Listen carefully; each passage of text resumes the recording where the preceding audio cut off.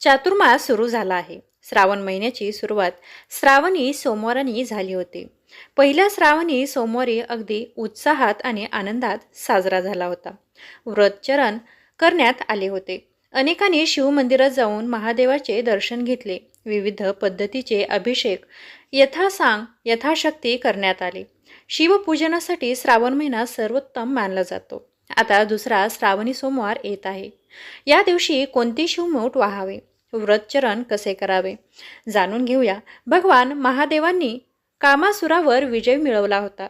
तसे आपल्या मनातील विचारातील वासना नियंत्रित करण्यासाठी श्रावणातील व्रत आयोजले गेले आहे, अशी मान्यता आहे.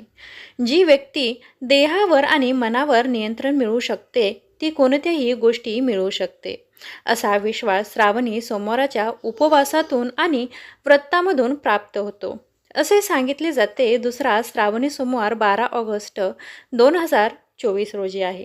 कोणते शिवमूठ वाहावे? सोमवार हा शंकराचा वार मानला गेल्यामुळे श्रावणी सोमवाराला विशेष महत्त्व प्राप्त होते. देशभरातील कोट्यवधी शिवभक्त या दिवशी महादेव शंकराची विशेष पूजा करतात. जल अभिषेक आणि रुद्राभिषेक मोठ्या भक्तिभावाने केला जातो. दुसऱ्या श्रावणी सोमवारी तीळ शिवमूठ म्हणून वाहण्याची परंपरा आपल्याकडे आहे. दुसऱ्या दिवशी सोमवारी शिवपूजन कसे करावे? श्रावण सोमवारी संपूर्ण दिवस उपवास करावा, तो दुसऱ्या दिवशी सोडावा. मात्र आजारी व्यक्ती, गर्भवती महिला, ज्येष्ठ नागरिकांनी रात्री भोजन केले तरी चालेल. श्रावण सोमवारी सकाळी लवकर उठून नित्यक्रम उरकल्यानंतर श्रावणी सोमवार व्रताचा संकल्प करावा. यानंतर महादेव शिवशंकराचे ध्यान करावे. ओम नमः शिवाय, ओम नमः शिवाय या मंत्रोच्चारासह शिवशंकराची तर ओम नमः शिवाय, ओम नमः शिवाय या मंत्रोच्चारासह पार्वती देवीची यथोचित षडोपचारी पूजा करावी.